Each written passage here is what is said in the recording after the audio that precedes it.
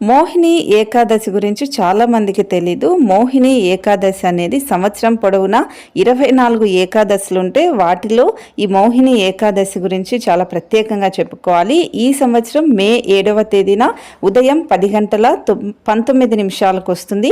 మే 8వ తేదీన మధ్యాహ్నం 12 గంటల 29 నిమిషాలకు ముగుస్తుంది.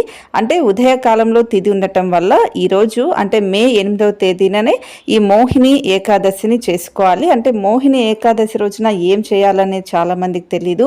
ఇప్పుడు నేను చెప్పినవి ఖచ్చితంగా చేసి తీరాలి.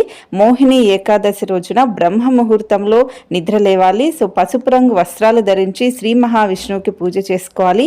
పసుపు పువ్వులు దీప ధూప ఆరాధన చేసుకోవాలి. అన్నదానం కూడా చేస్తే చాలా మంచి జరుగుతుందని జ్యోతిష్య పండితులు అంటూ ఉన్నారు.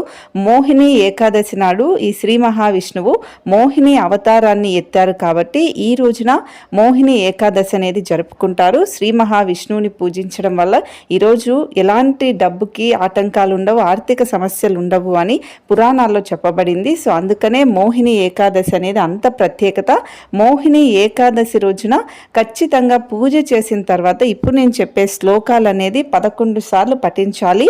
వాటిలో ఒకటి వచ్చి ఓం నమో భగవతే వాసుదేవాయ నమః ఈ మంత్రాన్ని, అలాగే ఓం నారాయణాయ విద్మహే వాసుదేవాయ ధీమహి తన్నో విష్ణు ప్రచోదయాత్, ఓం హ్రీం శ్రీ లక్ష్మీ వాసుదేవాయ నమః అనే ఈ 3 మంత్రాలని 11 సార్లు మీరు పఠించాలి.